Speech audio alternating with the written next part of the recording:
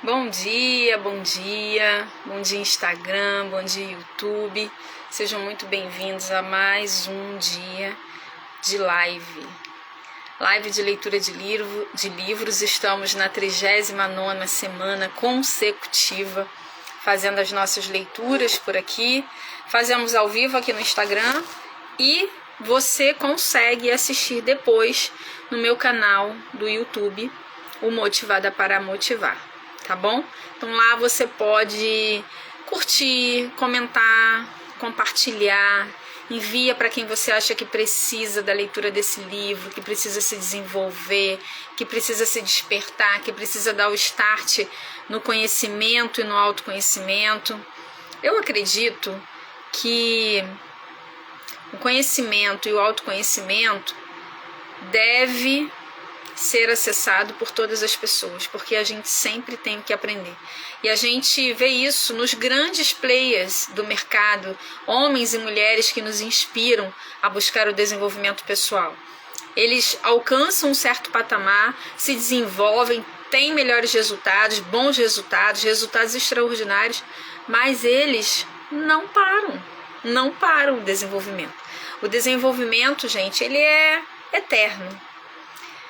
Desde quando a gente se desperta para isso, toma consciência de como está a nossa vida, do que a gente precisa melhorar, ele vai ser constante, tá? Então eu te convido a vir conosco nessa jornada de desenvolvimento. E como a gente faz? Tá voando aqui meu cabelo, gente, porque o ventilador tá lá atrás. Como a gente faz todos os dias, a gente inicia as lives com a leitura do devocional. Nós fazemos uso aqui, neste ano a gente está fazendo uso do devocional Mulheres, de Viviane Martinello, capa dura, gente, ó, douradinho, muito lindo, clean, tá? Sem muitas coisas que possam te distrair, tirar o seu foco, bem simples, objetivo, mas muito eficaz. Ok? Você encontra na loja Cairóis, ao lado da Casa Vídeo, próximo à rua Dom Volmor, em Nova Iguaçu. É uma loja pequenininha, você tem que olhar assim direitinho. É uma loja pequenininha, ela tem muitas coisas, muitos artigos evangélicos lá, mas você precisa olhar com carinho, tá? Tem lá o Durval e a Jaqueline e a Jéssica. São os três, uma família abençoada que atende lá. Então vai lá e fala: poxa, eu vi esse devocional lá na live da Sandra, e não sei se eles farão algum desconto, mas só diz para eles que você se inspirou aqui nas lives, tá bom? Então vamos ver o que Deus tem para nós hoje. Tá um pouquinho escuro porque a letra aqui, a página do devocional, ela é bem clarinha, então dá um reflexo aí. Eu deixei fechado aqui por enquanto. Deus de gerações, não esconderemos essas verdades de nossos filhos. Continuaremos a geração seguinte os feitos gloriosos do Senhor, seu poder e suas maravilhas. Salmos 78:4. Você é uma mulher geracional, sabia? Bom dia, Nick. Tudo que está construindo no Senhor hoje abençoará a sua descendência, porque Ele é um Deus de gerações, Abraão, Isaque e Jacó, e nos ajuda a preparar o caminho para os que vêm depois de nós. Talvez seus pais não tenham desenvolvido um relacionamento forte e seguro com Jesus, mas não precisa ser assim com seus filhos. Quando estou ministrando com a Vitória, minha filha mais velha, é como se estivéssemos em uma aula de voo. E quando menos espero, vejo-a como uma águia, alcançando lugares jamais atingidos por mim. Levei 40 anos para fazer a viagem dos meus sonhos, enquanto a minha caçula, aos 4 anos, já viajava comigo para o exterior. Isso significa que se andamos, nossos filhos correrão. Se corremos, eles voarão. E essa é a maior alegria de uma mãe e mentora. O inimigo tem tentado contra as famílias e quer desestabilizar os pais para tragar os filhos. Não deixe isso acontecer na sua casa. Construa fortalezas por meio de um relacionamento com Deus e não esconda as verdades celestiais deles. Conte às futuras gerações acerca dos feitos gloriosos do seu Senhor, seu poder e suas maravilhas, para que eles aprendam a amá-lo de todo o coração. Treine seus filhos para que sejam melhores que você. Não os negligencie. Tenha paciência para ensiná-los. Não acelere, deixando-os para trás. Se preciso for, diminua o passo. Segure em suas mãos e transfira um legado saudável e inspirador. Acredite, vai valer a pena. Amém. Eu gostei dessa parte aqui. Se nós estamos andando, nossos filhos estarão correndo. Se nós estamos correndo, nossos filhos estarão voando. O Deus de gerações. O que nós temos feito e o que nós temos deixado para as próximas gerações. Uma palavra de reflexão para nós. Certo? Amém. Glória a Deus. E hoje nós vamos começar a leitura de um livro novo. Um livro que eu sempre quis ler. Então vai ser novidade para mim também aqui, gente. Que eu não conheço. Começo pelo porquê. O autor é o Simon Sinek. Deixa eu ver aqui se eu consigo ler aqui. É muito... Olha como é escuro, ó. É vermelho e a letra é preta, gente. Olha só, não podia ser branca? Tô conseguindo ler nada aqui. Deixa eu até abrir aqui, porque eu acho que ele eu consigo ler com aqui aberto. Porque o outro livro... Leia Cutrim, minha amiga. Seja bem-vinda, seja bem-vinda. A gente está iniciando a leitura de um livro, Leia. Comece pelo porquê. Verônica Souto, CEO da Papel Colorido. Lembrei aqui, eu peguei meu lembrete do que nós temos que fazer hoje. Primeira coisa, nós estamos iniciando a leitura de um livro novo hoje, certo? Comece pelo porquê. Já pega o seu bloquinho para você anotar as palavras novas que nós vamos descobrir ao longo desse livro, tá? Eu vou até anotar aqui o nome do livro. Deixa eu ver como é que eu fiz aqui. Para eu saber de onde eu li essa palavra pela primeira vez. Livro. Comece pelo porquê. Ok? Então tá aqui. O que nós vamos fazer hoje? Vamos ver se eu vou conseguir, se eu vou lembrar. Eu preciso da ajuda de vocês. E vamos ver se vai dar certo, tá? Nós vamos resumir cada página com uma frase. Ok?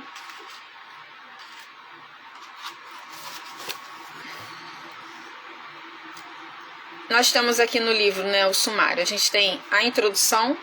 Por que começar pelo porquê? Parte 1. Um mundo que não começa pelo porquê. Parte 2. Uma visão alternativa. Parte 3. Líderes precisam de seguidores.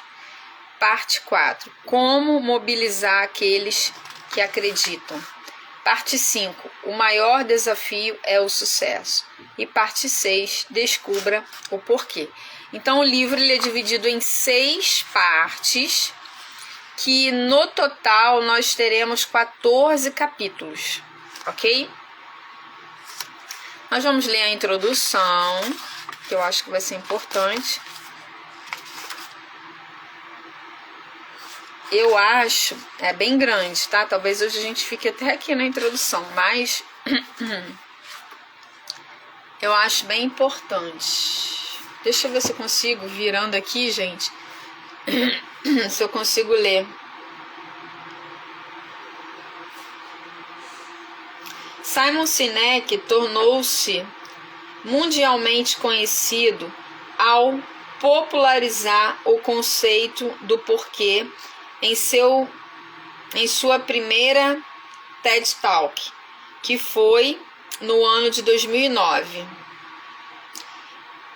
E esta está entre as 3 mais populares, com mais de 65 milhões de visualizações. É fundador da Star with instituição dedicada a produzir ferramentas e recursos para inspirar as pessoas. É isso aí. Aí tem o nome de outros livros aqui dele. Ok? Deixa eu ver se tem alguma coisa aqui que eu acho que fica melhor do que ler aqui no livro, mas porque eu quero falar sobre ele, sobre Simon.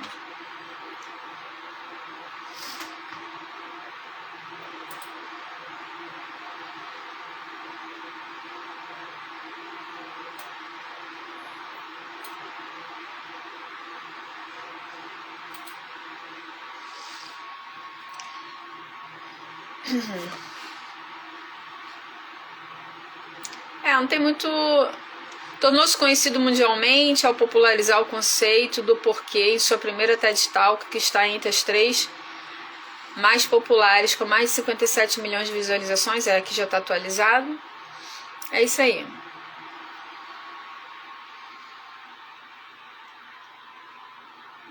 Americano. E tem uma frase icônica que é: se você não entende de pessoas, você não entende de negócios. Então vamos lá. Vamos iniciar aqui.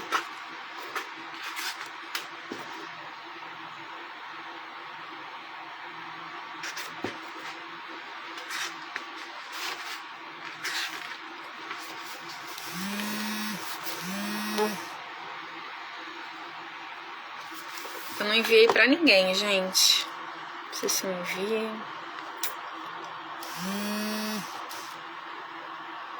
Vou enviar.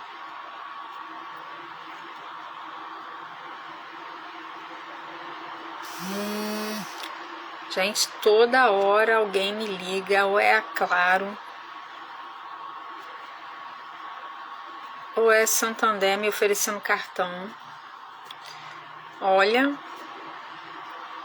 tá brinquedo não, como dizia aquela personagem de uma novela que eu nem lembro mais. É difícil as coisas.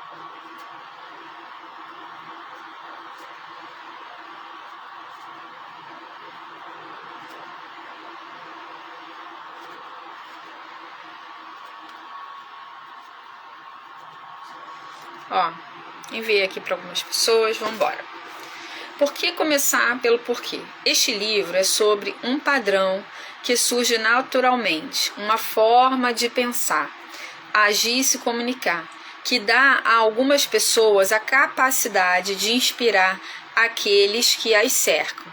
Embora esses líderes natos possam ter vindo ao mundo com uma predisposição para inspirar, essa aptidão não está reservada apenas a eles. Todos podemos aprender esse padrão. Com um pouco de disciplina, qualquer líder ou organização é capaz de inspirar tanto dentro quanto fora da sua instituição, ajudando a promover suas ideias e sua visão. O objetivo deste livro não é simplesmente tentar corrigir o que não está funcionando. Escrevi Comece pelo Porquê como um guia para enfatizar e ampliar aquilo que funciona. Não pretendo contestar as soluções oferecidas por outras pessoas. A maioria das respostas que obtemos, quando baseadas em evidências concretas, são perfeitamente válidas. No entanto, se começamos com as perguntas erradas, se não compreendermos a causa, então as respostas certas acabarão nos levando na direção errada. Cedo ou tarde, a verdade é sempre revelada. As histórias que se seguem são de indivíduos e organizações que naturalmente personificam esse padrão. Então aqui, o que a gente pode pegar aqui para resumir essa página aqui? Que é a gente começar pelo porquê, começar fazendo a pergunta certa. Comece pelo porquê, como um guia para enfatizar e ampliar aquilo que funciona. A maioria das respostas que obtemos, quando baseadas em evidências concretas, são perfeitamente válidas. No entanto, se começarmos com as perguntas erradas, se não compreendermos a causa, então as respostas certas acabarão nos levando na direção errada. Se a gente fizer a pergunta errada, a gente vai ter a resposta errada. Então, antes de querer, às vezes a gente atropela as coisas, né? A gente quer começar com a gente quer ter as respostas, mas não quer aprender a formular a pergunta. Então, antes de querer, anota aí. Antes de querer a resposta, aprenda a fazer a pergunta certa. Ok? É o resumo dessa página aqui. Antes de querer a resposta, aprenda a fazer a pergunta. A gente já falou muito aqui sobre perguntas, né? O quanto a pergunta ela te conduz na direção certa. São os que começam pelo porquê. São os que começam pelo porquê. As histórias que se seguem são de indivíduos e organizações que naturalmente personificam esse padrão. São as que começam pelo porquê. Então vamos lá. Ele vai contar algumas histórias aqui, tá? 1. O objetivo era ambicioso. O interesse do público era grande, especialistas estavam ansiosos para contribuir. O dinheiro prontamente disponível. Armado com todos os ingredientes do sucesso, Samuel Pierpont estava pronto no início da década de 1900 para ser o primeiro homem a pilotar uma aeronave. Muito conceituado, era alto funcionário no Instituto Smithsoniano e professor de matemática, além de ter trabalhado em Harvard. Entre seus amigos havia alguns dos homens mais poderosos do governo e do mundo dos negócios, incluindo Andrew Carnegie e Alexander Graham Bell. Langley recebeu do Departamento de Guerra uma subvenção de $50 mil para seu projeto, uma enorme quantia para a época. Ele reuniu as mentes mais brilhantes do seu tempo, um verdadeiro time dos sonhos em talentos e conhecimento. Langley e sua equipe usaram os melhores materiais e a imprensa o seguia onde quer que fosse. As pessoas de todo o país acompanhavam cada detalhe da história, aguardando a notícia de que ele havia alcançado seu objetivo. Com a equipe e os amplos recursos que reunira, seu sucesso estaria garantido. Estaria mesmo? A algumas centenas de quilômetros, Wilbur e Orville trabalhavam em sua própria máquina voadora. A paixão deles por voar era tão intensa que inspirou o entusiasmo e o comprometimento de um dedicado grupo de Dayton, a cidade americana natal dos dois irmãos, em Ohio. Não havia financiamento para aquela aventura, nem subsídio do governo, tampouco conexões de alto nível. Nenhuma só pessoa da equipe tinha pós-graduação ou mesmo formação universitária, nem Wilbur ou Orville, mas a equipe se reunia em uma modesta loja de bicicletas e tornava sua visão realidade.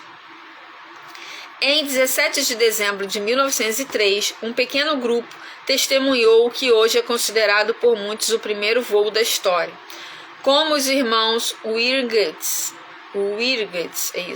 conseguiram ser bem-sucedidos quando uma equipe mais bem equipada, mais instruída e com mais recursos financeiros não conseguiu.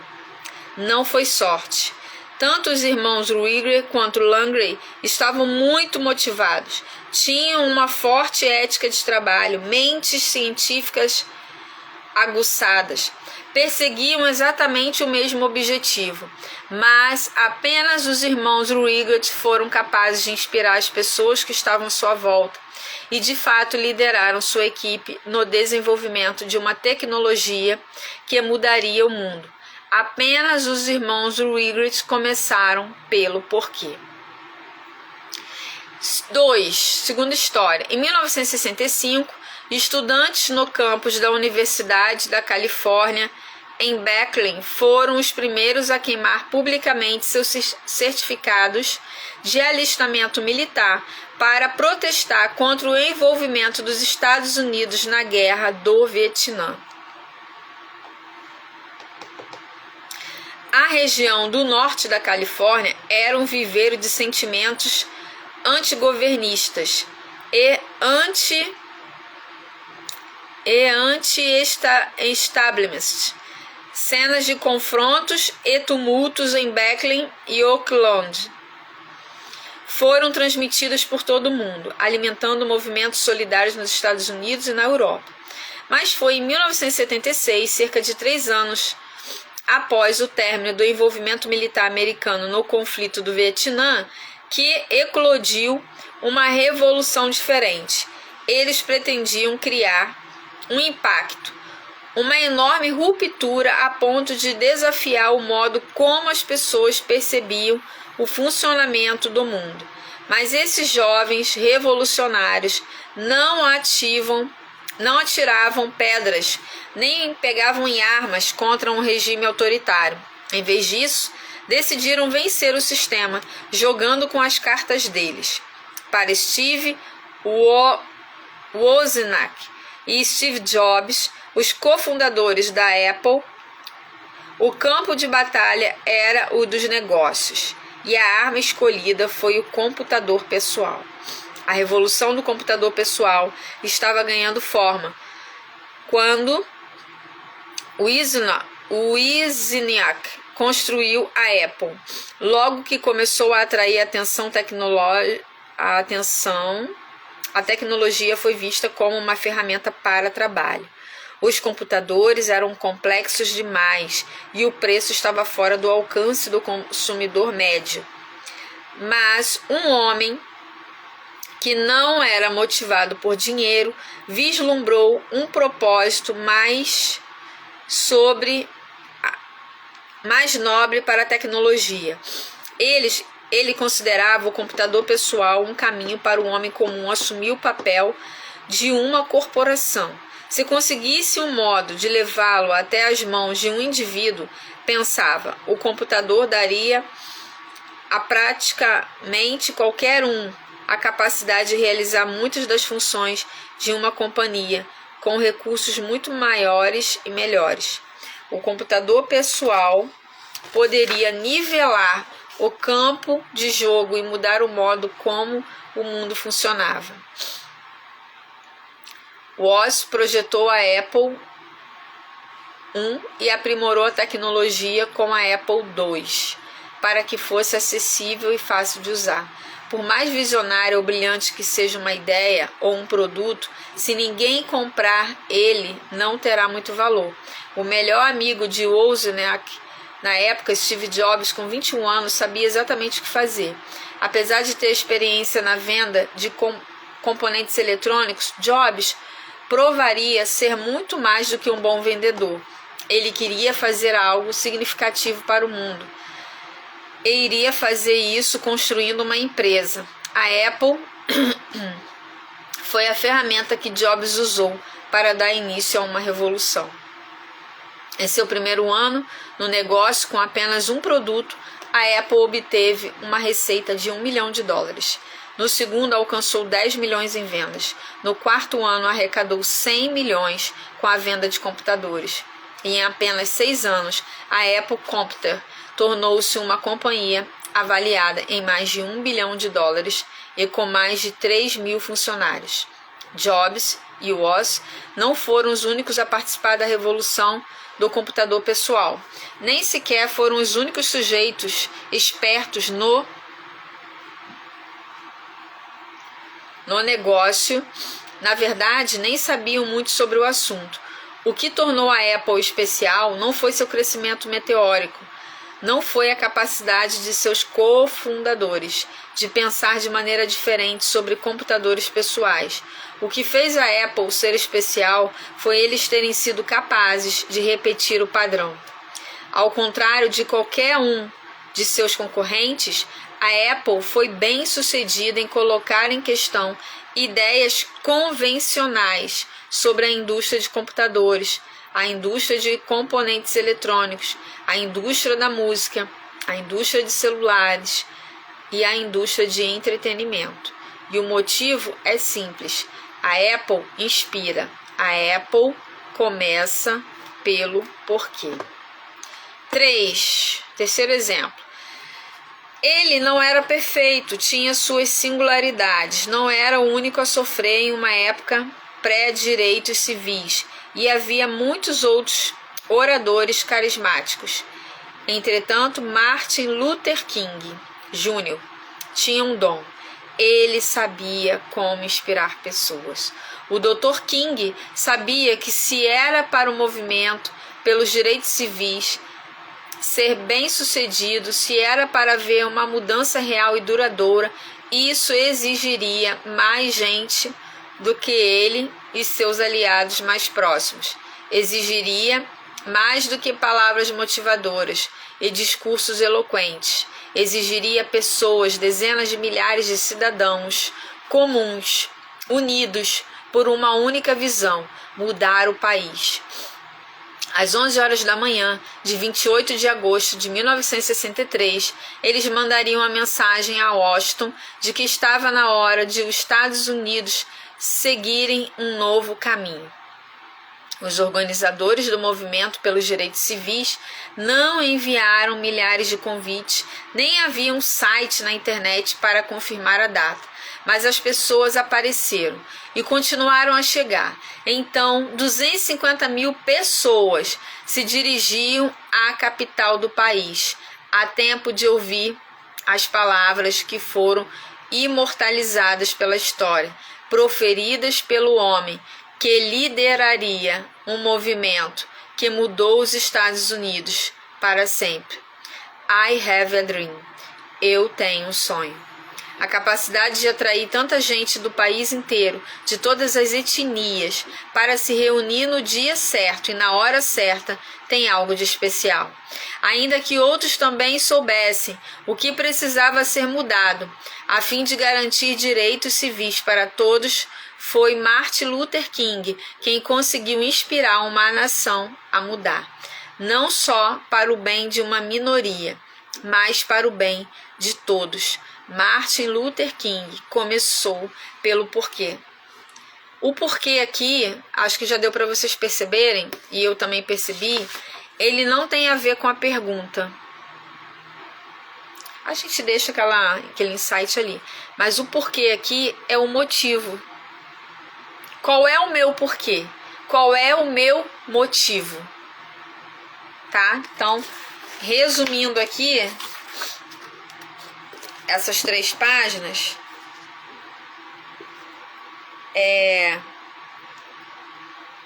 o porquê aqui, o porquê não é uma pergunta.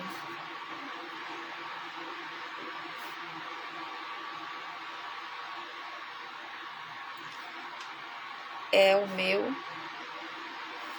motivo. Qual é o meu porquê? Qual é o meu motivo?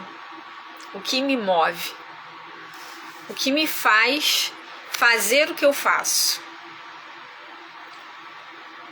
O que está por trás da minha mentoria, de querer ajudar pessoas, desenvolver pessoas? Qual é o meu motivo?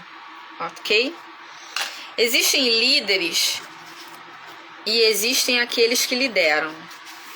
Vou sublinhar isso aqui. Existem líderes e existem aqueles que lideram. Com apenas 6% de participação de mercado nos Estados Unidos e cerca de 3% em todo o mundo, a Apple não é a maior fabricante no segmento de computadores pessoais. No entanto, a companhia lidera a indústria de computadores e agora também outros setores. As experiências de Luther King não foram exclusivas, mas foi ele quem inspirou uma nação a mudar. Os irmãos Wiggins, ai gente, eu não sei pronunciar isso, acho que eu estou pronunciando errado, não eram os participantes mais fortes na corrida para fazer o primeiro voo tripulado e motorizado, mas foram eles que nos levaram à nova era da aviação. E ao fazer isso, mudaram completamente o mundo em que vivemos. Seus objetivos não eram diferentes dos de qualquer outra pessoa e seus sistemas foram facilmente replicados, mas os irmãos e a Apple e Martin Luther King se destacam entre seus pares. Eles são um ponto fora da curva e seu impacto não é reproduzido. Bom dia, Nil. Com facilidade. A gente está lendo, tá? A gente começou aqui, ó. Começa pelo porquê. São membros de um grupo muito seleto de líderes que fazem algo muito especial. Eles nos inspiram. Quase todas as pessoas e organizações precisam motivar outros indivíduos a agir por uma ou outra razão. Alguns querem motivar uma decisão de compra, outros buscam apoio ou voto. Há ainda aqueles interessados em motivar as pessoas a trabalhar com mais afinco ou eficiência, ou apenas fazê-las seguir as regras. A capacidade de motivar pessoas não é, por si só, difícil. Em geral, está ligada a algum fator externo. Incentivos atraentes ou ameaças de punição com frequência suscitam o comportamento desejado. A General Motors, por exemplo, motivava com tanto sucesso as pessoas a comprarem seus produtos que vendeu mais carros do que qualquer outro fabricante no mundo por mais de 70 anos. No entanto, apesar de serem líderes em seu setor, eles não lideravam. Os grandes líderes, por outro lado, têm a capacidade de inspirar pessoas a agir.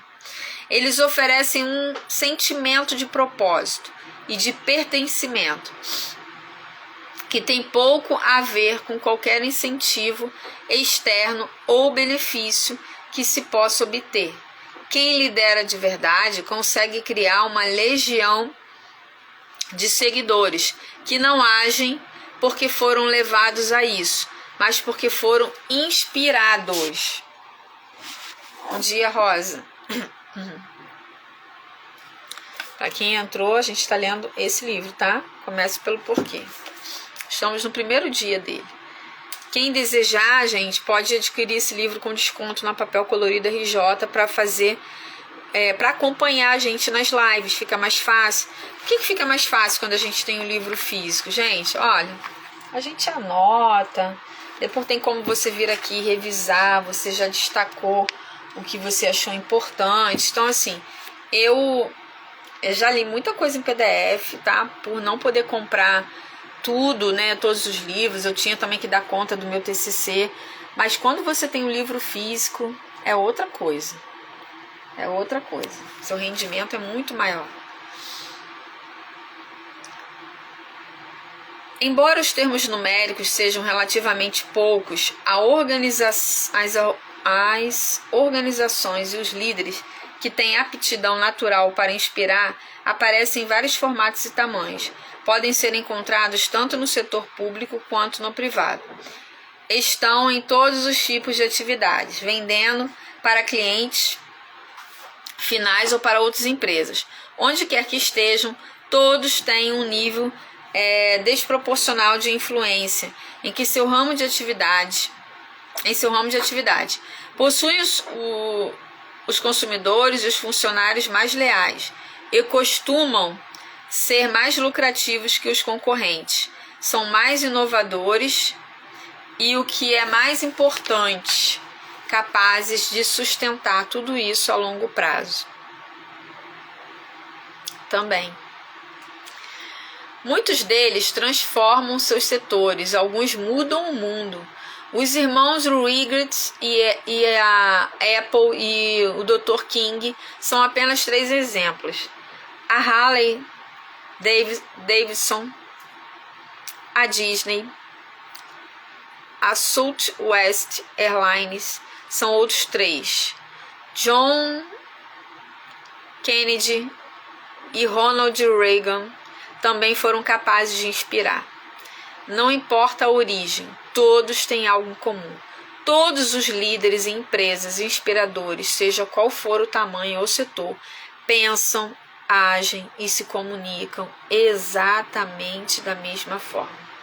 E essa forma é totalmente o oposto do que os outros fazem. E se pudéssemos todos aprender a pensar, agir e nos comunicar como aqueles que inspiram. Não basta ser líder, é preciso inspirar. Anota isso aí.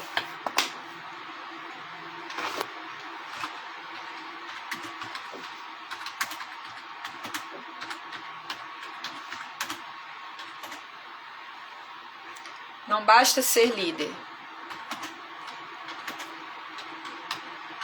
é preciso inspirar. Ser líder muitas vezes é visto pelas pessoas como um cargo.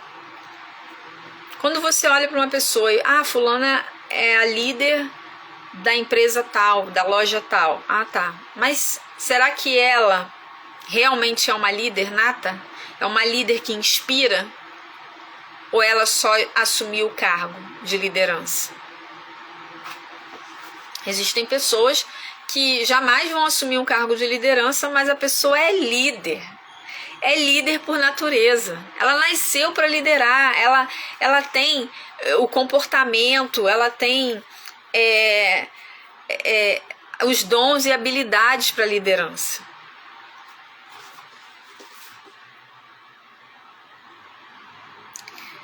Cadê?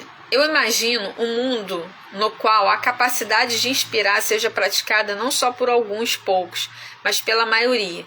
Estudos demonstram que mais de 80% dos americanos não estão no emprego dos sonhos. Oi, Campelo! Campelo, a gente começou a leitura desse livro aqui, de Simon Sinek. Comece pelo porquê. Acho que você vai gostar bastante dele. Se mais gente soubesse como construir organizações que inspiram, poderemos viver em um mundo no qual as estatísticas indicassem o oposto. Mais de 80% das pessoas amariam o próprio emprego. Quem acorda feliz para ir ao trabalho é um profissional mais produtivo e mais criativo. Essas pessoas voltam para casa mais felizes e têm famílias mais felizes. Tratam melhor colegas, clientes e consumidores. Funcionários inspirados contribuem para companhias mais fortes e economias mais robustas. Foi por isso que escrevi este livro, diz Simon Sinek. Espero inspirar as pessoas a fazer as coisas que as inspiram, para que juntos possamos construir as empresas, a economia e um mundo no qual confiança e lealdade sejam a regra, não a exceção. Este livro não foi criado para lhe dizer o que fazer ou como fazê-lo. O objetivo não é lhe dar uma linha de ação, é oferecer a você o motivo da ação. Para os que têm a mente aberta a novas ideias, buscam alcançar sucesso duradouro e acreditam que seu êxito requer a ajuda de outras pessoas, eu ofereço um desafio. De agora em diante, comece pelo porquê. E aí a gente já detectou aqui que o comece pelo porquê não é a pergunta em si, mas comece pelo motivo, pelo seu motivo. Tenha um motivo, tenha um porquê de fazer o que você quer fazer. Então, esse aqui foi só a introdução. A gente vai iniciar aqui o capítulo 1, porque a gente ainda tem um tempinho. Esse livro ele é dividido em 6 partes, sendo um total de 14 capítulos, tá? Então, a primeira parte diz o seguinte: um mundo que não começa pelo porquê. Um mundo que não começa pelo porquê. Capítulo 1. Suponha que você sabe. Em um dia frio de inverno, um homem de 43 anos fez um juramento e assumiu o mais alto cargo do poder executivo de seu país. Ao seu lado estava o predecessor, um general famoso que, 15 anos antes, havia comandado as forças armadas da nação em uma guerra que resultou na derrota da Alemanha. O jovem líder fora educado na religião católica. Passou as 5 horas seguintes assistindo a desfiles em sua homenagem e se manteve acordado, celebrando até as 3 horas da manhã. Eu já suspeitava que era ele, né? Você sabe quem estou descrevendo? Certo. O dia é 30 de janeiro de 1933 e a descrição é de Adolf Hitler e não, como alguns poderiam supor, de John Kennedy. A questão aqui é que fazemos suposições sobre o mundo à nossa volta com base em informações que às vezes são incompletas ou falsas. Nesse caso, a informação que ofereci estava incompleta. Muitos de vocês estavam convencidos de que a descrição era de John Kennedy, até eu acrescentar um pequeno detalhe: a data. Isso é importante porque nosso comportamento é afetado por nossas suposições ou pelas verdades que percebemos. Tomamos decisões com base no que achamos que sabemos. Não faz muito tempo, a maioria das pessoas acreditava que o mundo era plano. Essa percepção de suposta verdade tinha impacto sobre o comportamento. Durante esse período, havia muito pouca exploração. As pessoas temiam que, caso viajassem para muito longe, poderiam cair da borda da Terra. Assim, a maioria delas ficava parada. Somente depois que um pequeno detalhe foi revelado, o de que o planeta é redondo, o comportamento mudou em grande escala. Em virtude dessa descoberta, sociedades começaram a cruzar os oceanos. Estabeleceram-se notas de comércio. Novas ideias, como a matemática, eram compartilhadas por sociedades que deram início aos mais variados tipos de inovações e avanços. A correção de uma simples suposição falsa impulsionou a raça humana. Considere agora como organizações são formadas e como decisões são tomadas. Realmente sabemos porque algumas empresas têm sucesso e porque outras não, ou apenas supomos. Seja qual for a sua definição de sucesso, alcançar determinado patamar de valorização de ações, gerar determinada quantia de dinheiro, obter a receita ou lucro pretendido, conseguir uma grande promoção, fundar a própria empresa, dar assistência aos pobres, conquistar um cargo público, as maneiras pelas quais alcançamos nossos objetivos são muito semelhantes. Alguns improvisam, mas a maioria tenta pelo menos reunir dados para poder tomar decisões fundamentadas. Às vezes, esse processo de coleta de dados é formal, como ao fazer enquetes ou pesquisas. Outras vezes é informal, como pedir conselhos a amigos e colegas, ou recapitular a própria experiência para obter um panorama. Independentemente do processo ou dos objetivos, todos queremos tomar decisões fundamentadas. E o mais importante, todos queremos tomar as decisões certas. No entanto, como sabemos, nem todas as decisões se mostram acertadas. Não importa quantos dados sejam coletados, às vezes o impacto dessas decisões erradas é pequeno, outras vezes pode ser catastrófico.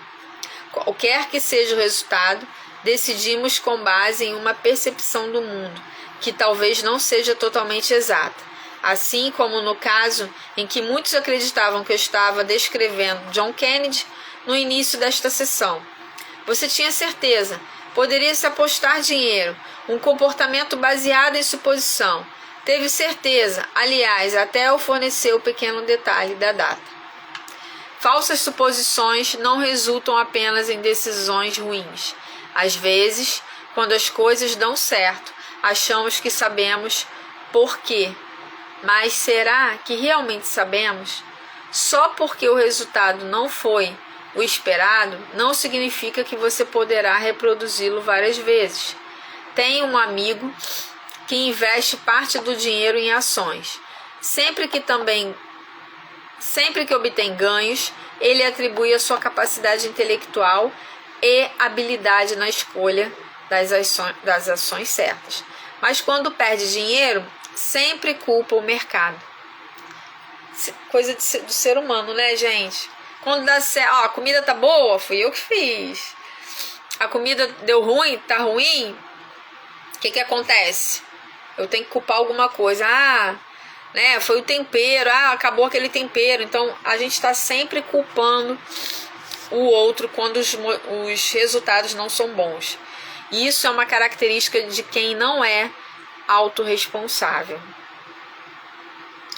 Lemos livros, assistimos a conferências, ouvimos podcasts e consultamos amigos e colegas.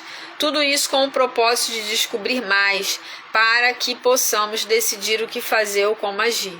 O problema é que todo mundo já viveu situações em que dispunha de todos os dados e recebeu uma porção de bons conselhos, mas mesmo assim as coisas não deram muito certo. Talvez o efeito tenha durado apenas por pouco tempo, ou aconteceu algo que não havia sido previsto. Aliás, aqui vai uma observação rápida para todos os que adivinharam que a descrição era de Adolf Hitler.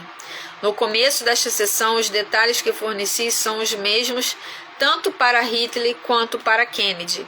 Portanto, poderia mesmo ser qualquer um dos dois. É preciso ser cuidadoso com aquilo que pensamos que sabemos. Suposições, mesmo quando baseadas em sólida pesquisa, podem nos levar pelo caminho errado. Percebemos isso intuitivamente. Compreendemos que mesmo com muitos dados e bons conselhos, se as coisas não acontecem conforme esperado, é provável que tenhamos deixado escapar algum detalhe, às vezes pequeno, porém vital. Nesses casos, voltamos às nossas fontes ou buscamos novas, para tentar imaginar o que fazer e todo o processo recomeça. No entanto, mais dados nem sempre ajudam, sobretudo se para começo de conversa foi uma suposição falsa que pôs todo o processo em andamento. Existem outros fatores que devem ser considerados, fatores que existem fora do nosso cérebro racional, analítico e sedento de informações. Há momentos em que não temos dados ou optamos por ignorar conselhos e informações disponíveis para seguir nossa intuição. E as coisas funcionam muito bem, às vezes até melhor do que esperado. Essa dança entre intuição e tomada racional de decisões reflete basicamente o modo como conduzimos os negócios e até levamos nossa vida. Podemos continuar a esmiuçar todas as opções, olhar em todas as direções, mas mesmo com todos os bons conselhos e todas as evidências convincentes, voltamos ao início. Como explicar ou decidir o curso de uma ação que leve a um efeito desejável que possa ser repetido? Como conseguimos prever com 100% de certeza? Existe uma história maravilhosa sobre um grupo de executivos da indústria automobilística americana que foi ao Japão para ver uma linha de montagem japonesa. No fim da linha, as portas eram fixadas em suas dobradiças, como se faz também nos Estados Unidos. Mas faltava algo.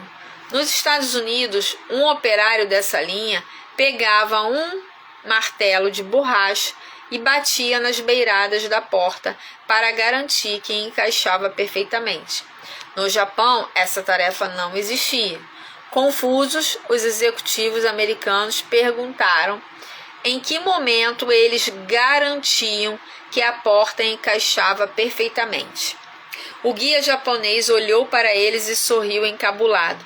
Nós nos asseguramos de que encaixa quando o projetamos. Na fábrica de automóveis japonesa, eles não examinavam o problema e a partir daí acumulavam dados para encontrar a melhor solução. Eles engendravam o resultado que queriam desde o início. Deixa eu só pegar a definição dessa palavra. Engedrar.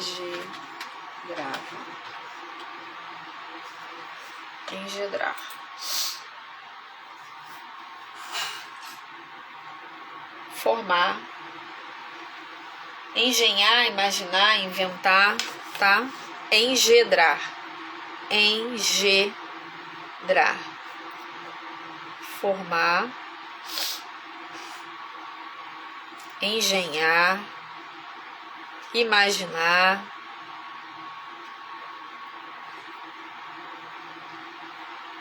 gerar, ok? A gente tem um caderninho para palavras novas. Eu já tinha ouvido a palavra, mas nunca tinha parado para pegar o significado, tá, gente? Então, por isso, eu vou até sublinhar aqui.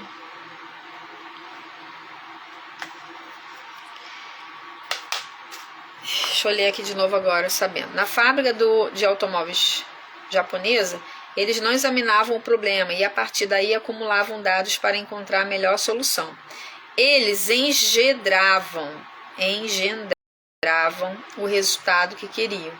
Então, eles geravam o resultado que eles queriam. Então, vamos pensar nisso aí? Eles geravam o resultado que eles queriam desde o início. Então, nessa fábrica japonesa de automóveis, eles não faziam uma revisão lá na frente para ver se a porta se fechava direito. Porque quando eles geraram a ideia, eles geraram também o resultado que eles queriam. Então, eles otimizavam o tempo, né, gente? Entendiam que a causa era uma decisão que haviam tomado no início do processo. No fim das contas, tanto as portas dos carros fabricados nos Estados Unidos quanto as do Japão pareciam estar encaixadas quando cada carro saía da linha de montagem. Só que os japoneses não precisavam empregar alguém para martelar as portas, nem comprar martelos de borracha. E o mais importante, as portas japonesas parecem durar mais e talvez até sejam estruturalmente mais sólidas no caso de um acidente. Tudo isso por nenhum outro motivo a não ser terem assegurado desde o início de que as peças encaixavam. Então, desde o início, essa fábrica japonesa, ela já projetava, ela já imaginava, ela já tinha a visão do resultado que ela queria. Então ela não precisaria ter uma pessoa para martelar e se assegurar de que a porta se encaixaria e nem ter um martelo de borracha. Ela otimizava ferramentas e tempo. O que os fabricantes de carro americanos faziam com seus martelos de borracha é uma metáfora para um mundo com tantas pessoas e organizações que conduzem as coisas. Quando deparam com um resultado que não está de acordo com o planejado, recorrem a uma série de táticas de curto prazo, perfeitamente eficazes, até conseguirem o resultado desejado. Então, o que às vezes nós fazemos, por exemplo, a gente avalia o nosso resultado, o resultado foi ruim, a gente cria uma maneira de fazer uma emenda, um conserto, do que voltar lá no início do processo, recalcular a rota para que haja algo sendo corrigido lá no início e não algo para ser emendado depois. Esse é um dos erros que a gente comete. No entanto, as que conquistam mais, as que obtêm mais de menos gente e com menos recurso, as que exercem enorme influência, são aquelas que constroem produtos e companhias e até recrutam pessoas que se encaixam com base na intenção original. Mesmo que o resultado pareça ser o mesmo, os grandes líderes compreendem o valor de fatores que não conseguimos enxergar. Cada instrução que fornecemos, cada linha de ação que estabelecemos, cada resultado que desejamos começa com a mesma coisa, uma decisão. Existe aquele que decide manipular a porta para encaixá-la e atingir o resultado desejado. E existe o que começa de algum lugar diferente. Embora ambas as linhas de ação possam produzir resultados similares no curto prazo, é aquilo que não somos capazes de enxergar que torna o sucesso no longo prazo mais previsível para apenas um deles, aquele que compreendeu por que as portas precisam encaixar intencionalmente e não à revelia. Caraca, gente, ó, aprendizado desse... Finalizamos o capítulo. Aprendizado do capítulo. Se algo der errado,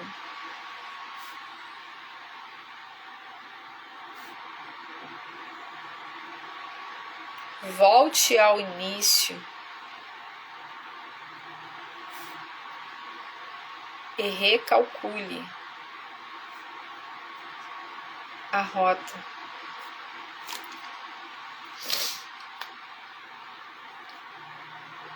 Não escolha táticas de remendo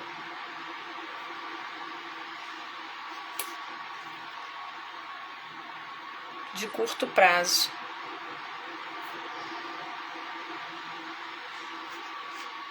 Vise o resultado satisfatório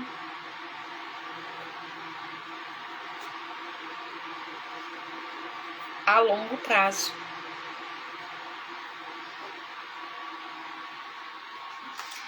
Voltar para recalcular a rota não é perder tempo, é ganhar tempo lá na frente depois. Muitas vezes a gente tem uma mentalidade, meu Deus, eu não vou voltar para refazer esse molde aqui, não. Muitas vezes é você voltar ao início, refazer o molde para que lá na frente, na hora do resultado final, aquilo se encaixe de forma perfeita e você não tenha que contratar alguém para dar a martelada e nem comprar o martelo para poder consertar aquilo que poderia ter sido pensado lá no início. Recalcular a rota não é vergonha, gente. Recalcular a rota não é vergonha. Recalcular a rota não é vergonha. Se fizer bem feito, não precisa revisar. Depois disso, entender que com o tempo, o que você faz de uma maneira é como você fará tudo em sua vida. Exatamente. É entender isso. É entender isso, tá? Ok? Fechamos. Primeiro dia da leitura. Se você quer adquirir esse livro, ó, exatamente, estratégia. É decisão, né, gente? É decisão. E muitas vezes é cultural. Fazemos parte de um país que tem uma cultura de remendo, de emendas, quando na maioria das vezes o melhor é voltar lá e refazer algo, refazer o molde, recalcular a rota, para que aquele consertozinho que a gente fica fazendo ali, aquele apertozinho na cintura, né, deixe de ser feito, porque é tempo, é energia, é dinheiro, é ferramenta, é tudo isso que é utilizado. Então, se a gente quer gerir melhor o nosso tempo, os nossos recursos, a gente precisa entender que é fazer com calma, com estratégia, com método, consciente do que quer e já com a visão do resultado desejado, como aquela empresa japonesa aqui, ok? Deixa eu falar algo para vocês. Quem quer adquirir esse livro com desconto, porque é meu seguidor aí, é só procurar a Papel Colorido RJ, tá? Tem esse livro, tem um livro que nós encerramos ontem, o livro, o Deus que Destrói Sonhos e todos os outros que nós já lemos, ok? Então procure a Papel Colorido RJ, que é a minha patrocinadora, e adquire o seu livro com desconto, porque você é meu seguidor. Combina lá sobre a entrega, tudo direitinho. Só chamar a Verônica no privado, tá? A primeira coisa, começa a seguir, né? A Papel Colorido. Depois pergunta lá sobre os livros, tá bom? Vamos tirar o nosso print. Vamos convidar para as pessoas estarem aqui amanhã. Estaremos lendo o capítulo 2 desse livro. É o primeiro livro aí de abril, né? Porque o outro eu vou colocar para março, né? A gente encerrou ontem, dia 2. Então, ó, o primeiro livro de abril. Vamos embora.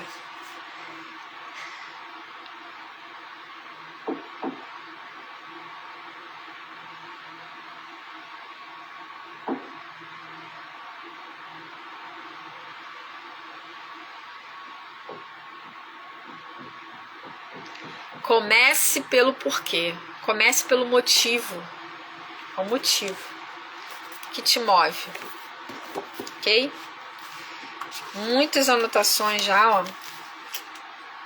Isso que é bom ter livro físico, minha gente. Compra o seu. Peça o seu. Nil, que tá aqui, ó. Nil. Adquira o seu, Nil. Acho que ela tá aqui ainda. Então amanhã, capítulo 2. Deixa eu até anotar aqui. Recalcular a rota não é vergonha.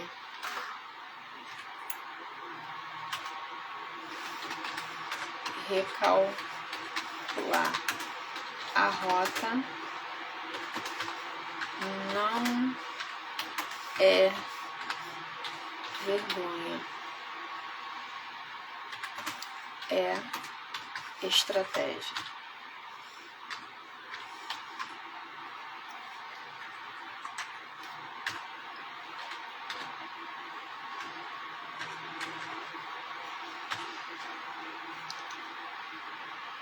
$15% de desconto no Pix, no dinheiro, e 10% no cartão de crédito, tá, gente? Então é isso. Beijos, até amanhã. Amanhã a live é às 9 também. Gente, amanhã já é sexta-feira. Vocês têm noção disso? O que vocês estão fazendo aí já nesses 3 meses já se passaram? Como é que estão as coisas? Bateram as metas dos meses? Como é que estão os planos, os projetos? Está tudo seguindo? Até amanhã, gente. Beijos. É estratégia, isso aí. Beijo.